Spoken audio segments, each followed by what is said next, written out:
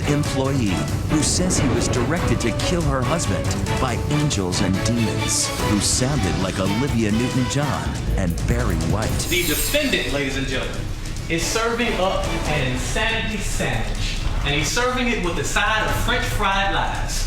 And many suspected he wasn't the only one who should have been on trial. And the question tonight, was the affair with the dead man's wife just in his head or for real out on the dance floor? They were broking each other. They had a good time. From this day forward, anyone who looks up the definition of evil would see nothing more than a photograph of Andrea Snyder. You think she meant to get him to kill her husband? Who is the real Andrea Snyderman? Grieving widow or black widow? Here's Elizabeth Vargas and David Muir. Good evening. Tonight, a bombshell development just hours ago in Atlanta. A widow under house arrest about to go on trial for murder in the death of her husband suddenly learns she will not face a murder charge at all. And the family of that husband, that young father gone, are now desperate for the truth. His widow, until today, charged with murder. To understand the case, we need to go back to when their lives seemed normal, to the start of an ordinary day. For Rusty Snyderman and his son Ian, it is a routine Thursday morning, breakfast with the family. Then the short drive to drop Ian off for a morning of play at the Dunwoody Prep, a daycare center near Atlanta. But on November 18, 2010, Rusty doesn't notice that he's being followed by a man driving a silver van.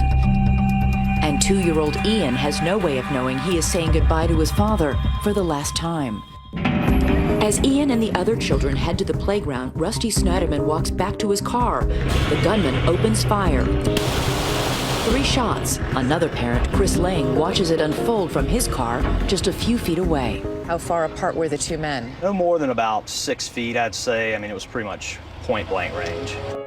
And then a final bullet to Rusty Snyderman's neck, an execution in cold blood. The barrel was either at or right at his skin when fired. There was actually soot deep into the wound from the projectile. Assistant District Attorney Don Geary interviewed several eyewitnesses. They thought it was a movie. A movie? They were actually looking around for the cameras. Because understand, in that area, that is just totally foreign. It was almost surreal, the experience, in that there was no chaos or running or yelling or anything. He just walked back to his van, he got in his van. It looked like it was professional. The killer escapes, leaving Rusty Snyderman gasping for air on the pavement. Sounded like a gunshot over here. A cell phone video captures police and ambulances rushing to the scene. There was a lot of blood everywhere. We knew that, it was probably some vital organs hit. There was no pulse, and he was unresponsive. The last thing you think about is dropping off your child at school and something like this happened. It's very, very, very, very scary to happen. 4 days later, police still have no idea who killed Rusty or why. His brother Steve reaches out to the community, offering a reward for information. I'm here today to speak for my brother who can't speak anymore. Our whole family has lost its brightest light, and we don't know why. Who would have wanted to kill this outgoing young father? Did Rusty have enemies? A secret life? Maybe there's a clue hidden in his past. Rusty Snyderman grew up in Cleveland, Ohio, and graduated from Indiana University with his lifelong friend, Josh Golub. A lot of people consider Rusty, their best friend, and part of that is Rusty's personality. He had a personality that always would, bring you in. Josh was with Rusty when he met his future wife, Andrea Greenberg. Hey, I just met this really great girl, this really cute girl. I just remember how excited he was after meeting her. My name is Rusty Snyderman. Rusty served as best man at Josh's wedding. It is my sincere hope that your home will be as filled with as much joy and love and laughter as our college apartment. After Rusty earned an MBA at Harvard, the couple moved to the Atlanta suburbs to start a family. And how much did Rusty love being a dad? I've never seen him happier than being a dad. And he was a big kid at heart himself, and he just adored his kids. At 36 years old, Rusty had a lot to be proud of. He had created a comfortable life for his family as a successful wealth manager and consultant. To their neighbors, Rusty and Andrea appeared to be a happy couple. They were very, very friendly, wanting to fit into the neighborhood, just really easy to talk to, just, nice people. They're the kind of people you want to be your neighbor to move in. Rusty was thrilled when Andrea took a job at General Electric. It gave him time to develop a new business and spend more time with his son Ian and 5-year-old daughter Sophia. They missed their mommy during the day. I don't think they argued over the fact that she was working. She always wanted to have something to do. She enjoyed working. Andrea's boss at GE was a man named Hemi Newman. Newman was an engineer and a powerful executive overseeing 5,000 employees. Attorney Esther Panich. He was the smartest man in the room. He had an air about him of arrogance, and he knew best. It was all about Hemi. Andrea Snyderman caught his eye, and by November 2010, she was spending more and more days on the road with her boss. After business trips took them from Lake Tahoe to the Edinburgh Castle in Scotland, Hemi developed a deep infatuation with Andrea. Hemi could have been obsessed with Andrea. That doesn't mean Andrea reciprocated the feelings. She completely denies it. But in Greenville, South Carolina, bartender Christine Oliveira thought they were more than co-workers. To me, they looked like a couple, like a newlywed couple, like, out on a date and enjoying themselves. He grabbed her rear end, pressing her to him, and she accepted. And, towards the end, she kissed him. So that made him really happy. And they left kissing each other and embraced. Back home, Rusty had no idea how intimate their secret relationship had become, or that there was a bizarre connection between the affair and an event that happened just days before he was murdered. Rusty noticed a suspicious man lurking in his backyard. He called 911. He's running. I think he has a gun in his back pocket, and now he's running away. In the middle of the call, Rusty paused to console his son. I know, but I didn't get your water bottle. I'm sorry. I don't know who the hell he is, and I don't want him by my house. He was wearing a hat and earmuffs, black mustache. Rusty was unaware that this strangely dressed man was a determined killer with a detailed plan to take his life. It was only a matter of time. 8 days later, at the Dunwoody Prep, he would be successful. Rusty Snyderman was dead. When we come back, on the trail of the killer, police begin to wonder, could there be more than one? Stay with us.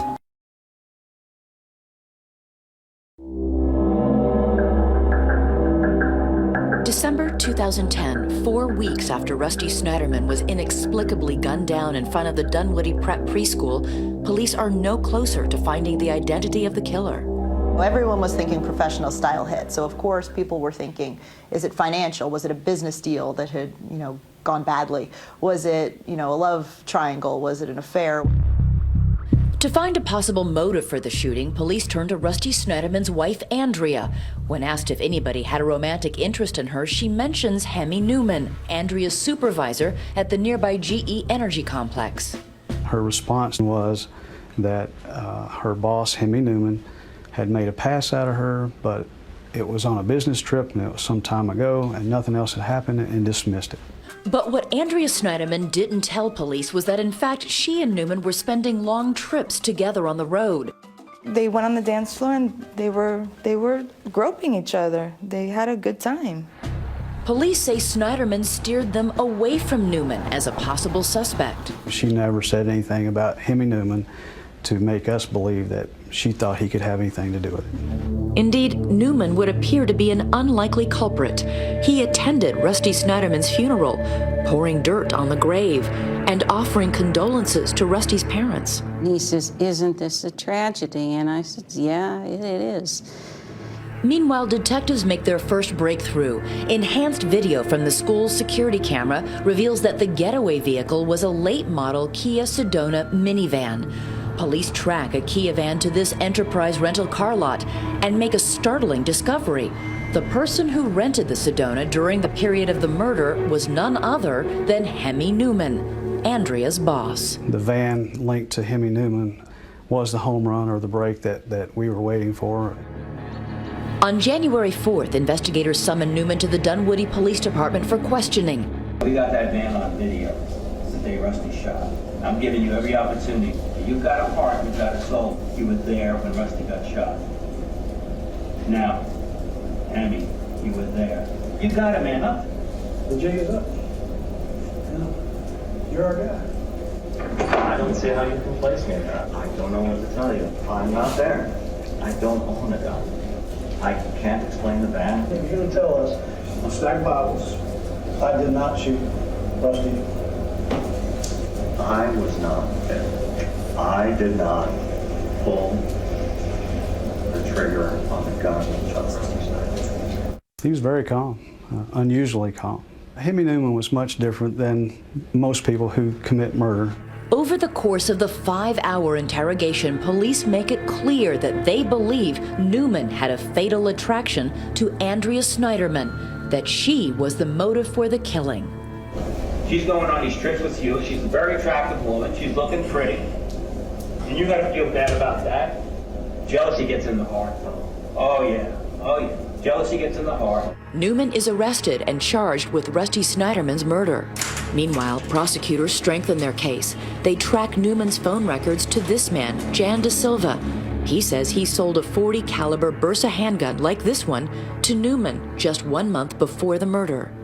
He seemed really normal, and just a person like what he told me, that he just needed a gun for just home defense. Even more damning, De Silva says Newman contacted him again a month later, this time to try to buy his silence. He told me that there was a problem with the gun, that he had to get rid of it. He just said to me, like, don't ever have a mistress.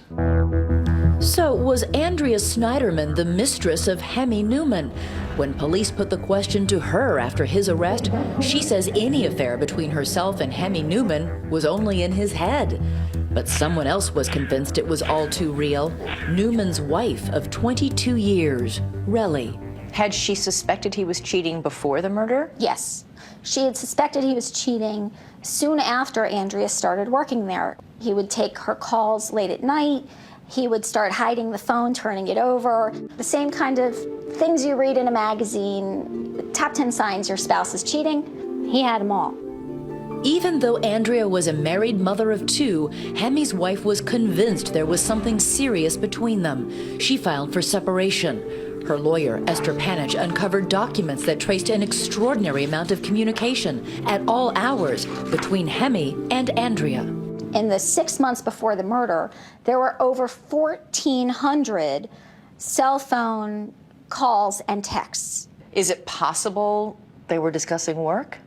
It's possible, but when the emails say, I want to marry you, I don't know how many bosses and their employees have that kind of communication. But does Andrea Snyderman's relationship with Newman have anything to do with her husband's murder? It is the question lawyers will ask when she is under oath in the trial of Hemi Newman.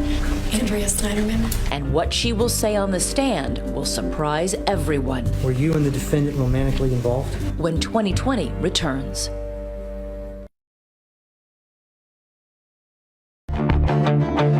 The crime appalled the city of Atlanta. A father shot dead outside a daycare. A year later, high drama at the DeKalb County Courthouse as accused killer Hemi Newman faces trial. The defense begins with a stunning admission. On November the 18th, 2010,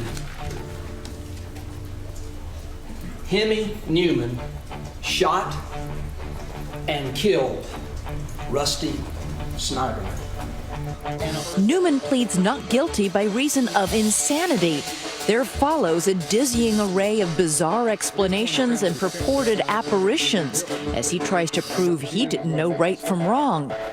It was madness that drove him to kill, his attorneys say. Madness and a woman, Rusty Snyderman's wife. He fell for Andrea. If you want to call it infatuation, if you want to call it love, he fell for her. Newman tells psychiatrists voices in his head are telling him to do evil things. I can imagine your reaction when you first heard his story of the angels and demons who appeared to him. We laughed. Sounding like Barry White and Olivia Newton-John. Yeah, this is ridiculous. That was our reaction. This is absolutely ridiculous. It's more than love. The Barry White demon urged Newman to kill himself, but another voice sounding like Olivia Newton-John told him to kill Rusty Snyderman because Rusty was a danger to his 2 children. And said the angel told him he had to protect the children and he had to kill Rusty. But defense doctors say the successful engineer was bipolar, deranged by delusions, and finally driven over the edge by a head-over-heels infatuation with Andrea Snyderman. There is adultery that occurs. It's a huge leap to murder somebody. You have Hemi who's about to file bankruptcy. You have Hemi who's unhappy with his wife. He wants a change. The only problem is that the life that he wants is being occupied by someone else.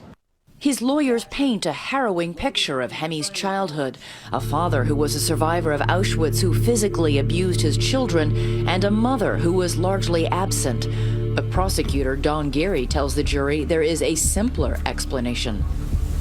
The man wanted someone else's wife, so he killed her husband. He got caught, and all of a sudden he's insane. Hemi's lawyers say as Hemi and Andrea worked and traveled together, she turned his illness and infatuation to her own purposes. You think she meant to get him to kill her husband? Yes, absolutely. This is clearly a situation here where one person was mentally ill, okay, and the other person was aware of it and was calculating and was manipulative. Self-reported for our testimony, give to the court shall be the truth, the whole truth, and nothing but the truth, so help you God. Yes. That other person is Rusty's grieving widow, Andrea Snyderman, the star witness in the trial of her husband's killer. And suddenly, she is on the defensive. Did the defendant ever express his feelings for you?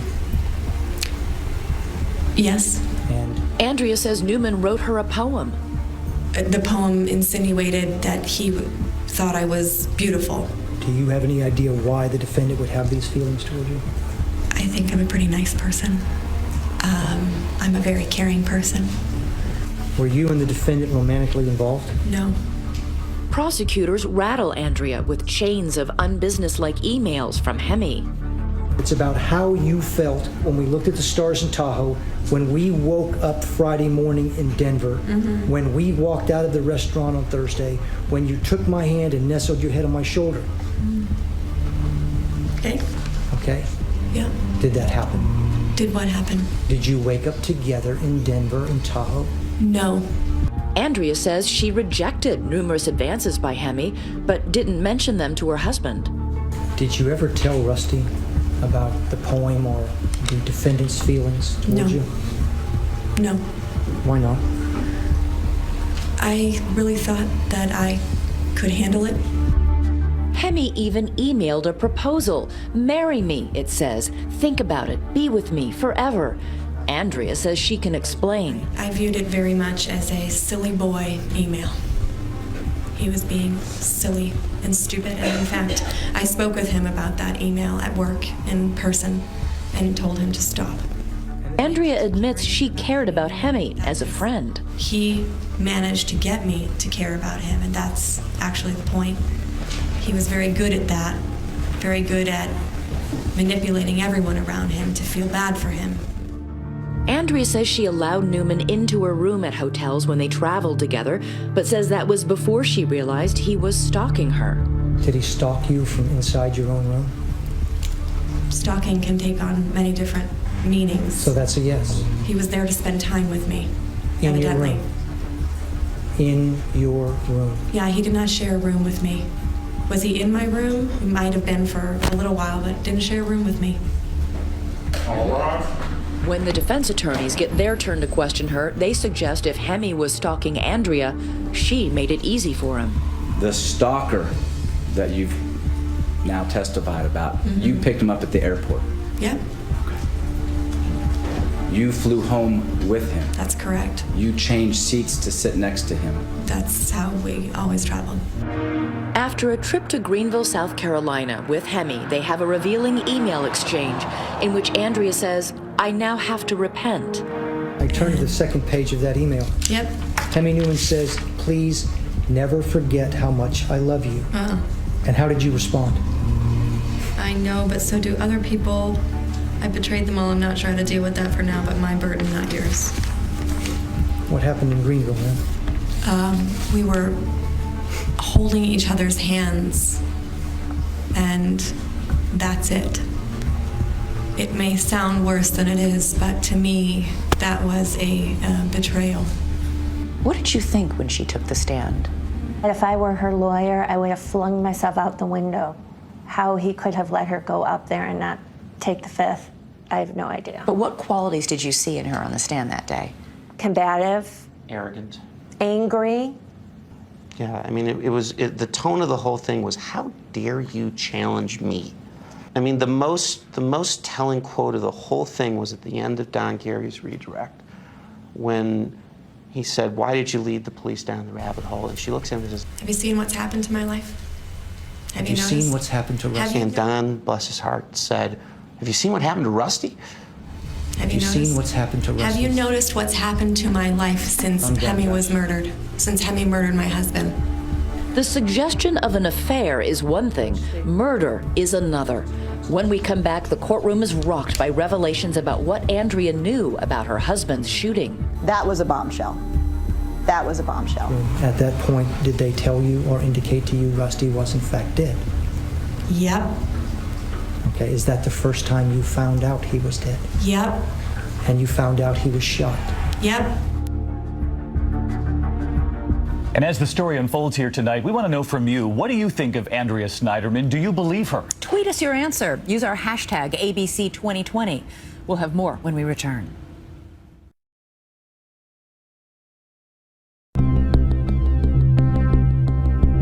Central to Hemi Newman's trial was the question of his affair with the murder victim's wife, Andrea Snyderman. How much was real? How much had Hemi imagined?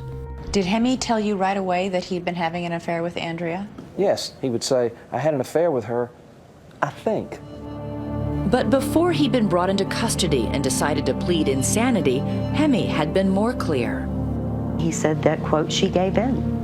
He never said we had sex. All he said was that she gave in. And he said that it was great. Melanie White was the Newmans' realtor and became a close friend of Hemi's. She says that for months before that climactic incident, he had been calling her and obsessing over Andrea. I quit answering the phone. I was so tired of hearing him whine and moan. He was like a schoolboy. He was infatuated. It was like puppy love. And when the smitten Hemi took Andrea to London, Melanie White heard all the details. They were laying on the bed together, they watched a movie, they were groping and making out or whatever. I said, Hemi, you know you shouldn't be doing that. And I really don't want to hear about it. But this infatuation that he had with this woman, it overcame him. He felt that he and Andrea were like soul mates. The defense hoped the jury would believe just how overcome Hemi was, arguing in essence that he was crazy in love. There's nothing wrong with him. He's faking, or in other words, malingering. The prosecution maintained that the affair proves just the opposite. Not that Hemi was insane, but crazy like a fox in a carefully plotted conspiracy. Both sides take the affair as a given. Even though Andrea Snyderman denies it, 8 other witnesses confirm it. But nobody was in the bedroom. Nobody saw them having sex when they were traveling on the road. It's more of the totality of the circumstances. You have witnesses who have no dog in this fight, who said that they saw them groping and making out. There's no doubt in your mind adultery was happening. No doubt in my mind adultery was happening. And many following the trial wonder if an affair was the only thing Andrea was trying to hide. There are also troubling questions about when she knew that her husband had been shot. She testified that the school only told her there had been an emergency and that Rusty was taken to the hospital. She raced over to the school without first doing what many think would have been natural. How many times did you call Rusty? Call Rusty? Rusty. 0 times. Why didn't you call Rusty? Because they just told me something had happened to Rusty. What are the chances that he's going to be answering his cell phone? They didn't tell you what happened to Rusty. You have a question? She looked annoyed. It was really incredible to see someone who should be a grieving widow look aggravated at having to come to the trial of her husband's murderer. Andrea testified she didn't know her husband had been shot until she got to the hospital at about 11 a.m. They took me into what I call the death room. Okay, so they I told sat you. in a chair, and someone, I have no idea who they are, came over and said that he came in with multiple gunshot wounds and that he was dead. I don't remember anything they said after that. Okay, so you I found, fell to the floor. you found out at the hospital that Rusty had been shot. That's correct. Okay. And then in the most heartbreaking testimony that has been heard so far, Rusty's father got on the stand. My name is Donald Snyderman. And said that Andrea called him at about 9:36 in the morning, and the words that he said shook the courtroom. Andrea called us, and she called and said Rusty had been shot. She was so sorry, and that she was going to Dunwoody Prep to find out what had happened.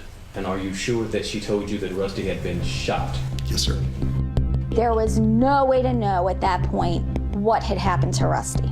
Is it possible that the Snydermans misheard Andrea? Well, if you don't accept that the Snydermans, who will forever have this statement seared into their brain, her former best friend and a coworker corroborated the same statement. That was a bombshell.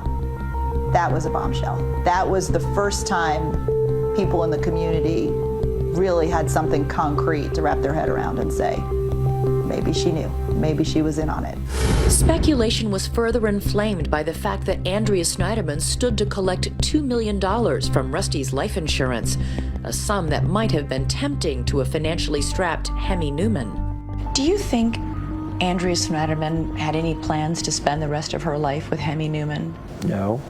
$2 million later, she's free of her husband, she's free of Hemi Newman. To quote one of the lawyers in this trial, they believe Andrea Snyderman played Hemi Newman like a yo-yo, manipulated him into committing this murder. Yes. When we come back, This guy's bizarre. This twisted little man. both the defense and the prosecution turn up the heat, and not just on the killer. They suggest Andrea might be a black widow, not a grieving one. He's not crazy. He's a co-conspirator with the demon that he was cheating with, the demon that defiled her marriage. Andrea Snyderman is an adulterer and a tease and a master manipulator. See what's next.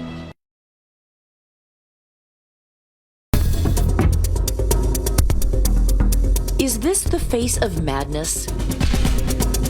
And is this the face of evil? Those are the questions facing the jury at the trial of Hemi Newman. He's admitted killing Rusty Snyderman, but the central question remains, was Hemi crazy or just crazy in love with Rusty's wife, Andrea? 3 psychiatric witnesses for the defense agree Hemi Newman was insane at the time of the murder. When he shot Mr. Snyderman, he was going through a manic episode. He was somewhat odd and had some weird magical thinking. That he suffered from bipolar disorder and at the time was manic and delusional. The defense witness, Dr. Tracy Marks, says Andrea also shares some of the blame for what she calls the explosion of madness in Hemi's head. Whether it was intentional or unintentional was that her interactions with him kind of planted the seed for his delusions. Prosecutors say there were no delusions, just a methodical, premeditated plot to kill Rusty. He stalked him. Which gun to use? Well, let me see. Should I stab him? Should I shoot him? Should I run over with the car? And what was happening in Andrea's head?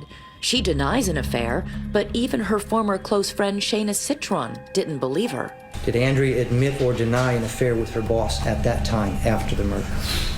Denied it. When she told you no, did you believe her? No, but my heart really wanted to believe her. But you didn't believe her? No. Thank you, ma'am. Citron's testimony led to a jaw-dropping moment of courtroom drama. When she left the stand, Andrea stood and gave her a long, warm hug in front of the jury.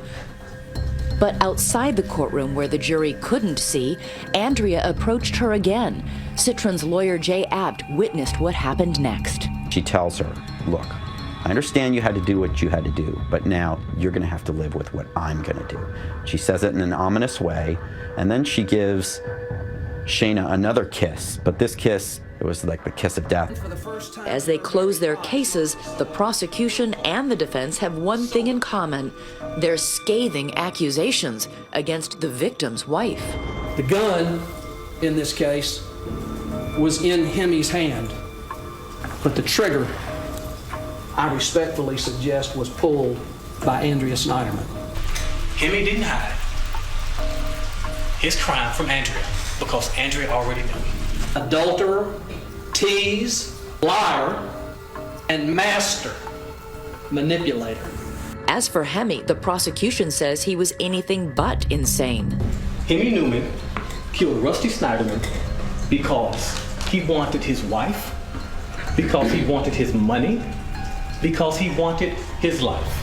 And that makes him guilty, that makes him guilty, that makes him guilty all day, every day, because he is sane and he knew the difference between right and wrong.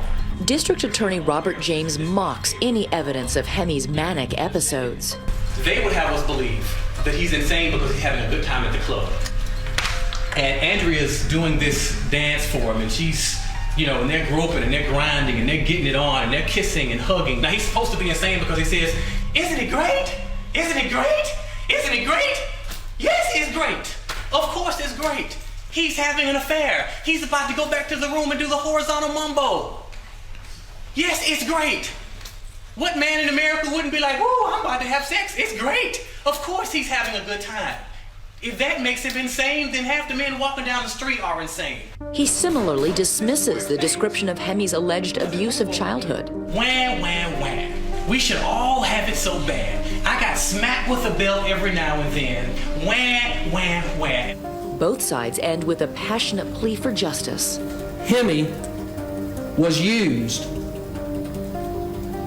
Hemi was manipulated. Good men don't sleep with other men's wives. Good men don't do what he did. Good men do not do this. A year and a half after Rusty was shot dead, Deputy Moore, would you please bring in the jury, please? there is a verdict. We, the jury, find the defendant as to count 1, guilty beyond a reasonable doubt, but mentally ill. It is a win for the prosecution. Hemi Newman will go to prison, not a mental hospital. As the judge gets ready to issue his sentence, Newman stands and for the first time speaks in court. I'm so sorry for their loss. Hemi Newman's apology is too little, too late. He is sentenced to life behind bars with no chance ever of parole. Andrea Snyderman issued a statement saying she was, quote, grateful for and relieved by the verdict, and describing her husband as an amazing man. She has denied any involvement in his murder. But Hemi's lawyers still believe the wrong person is paying the price for Rusty's death. I think that he was a pawn in her hand, and she's guilty. You think she belongs in prison? I do. I believe she should be charged with murder. You believe she's guilty of murder? I believe that she participated in the death of her husband. Now, what I believe and what I can prove are two completely different things at times. When we come back, Andrea Snyderman arrested. But what can the prosecution prove? A dramatic reversal in the case before the trial has even begun. Next, the prosecutor began to gather evidence for a new case, a murder case against Andrea Snyderman. We sat down and said, do we go forward? Do we have enough evidence? An arrest, an ankle bracelet, and an astonishing turn of events before she goes on trial. When we return.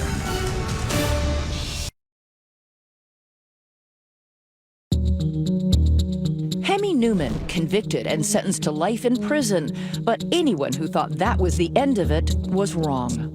Good afternoon, everyone. I'm Jovita Moore. I'm Justin Farmer, and officers arrested Andrea Snyderman today at her family's home in Putnam County.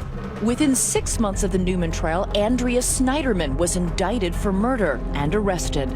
She is facing charges, including the murder of her husband, Rusty Snyderman. In layman's terms, if you help, you can be charged like the person that did it. Friends and family of murder victim Rusty Snyderman would not rest until his widow was brought to justice. Do you believe she actually conspired to have Rusty shot and killed? We don't know how she's involved, but she's involved. And we need to know, that's why this investigation needs to continue. We need to know those answers, and we need to know those answers soon. How can we have any peace when we don't know the truth? New at 5, investigative reporter Jody Fleischer here now. What's significant about that? Investigative reporter Jody Fleischer covers the story for Atlanta ABC station WSB. She hired some of the best, most well-known defense lawyers in DeKalb County. They immediately, from day one, started attacking the indictment publicly. Our defense is the state's case is simply based on an absolutely incorrect assumption of guilt, and it's not based on evidence. Briefly jailed, Snyderman's phone calls, which she may not have realized were recorded, reveal one thing worrying her. Not the case, but casting which actress should play her when Hollywood comes calling. She was thinking of Miss Congeniality, too. Okay, everybody, I would love to stay and chat, but I have to go pick out my outfit for the press conference. She thought that Sandra Bullock would be good, but that she was a little too old to play Andrea.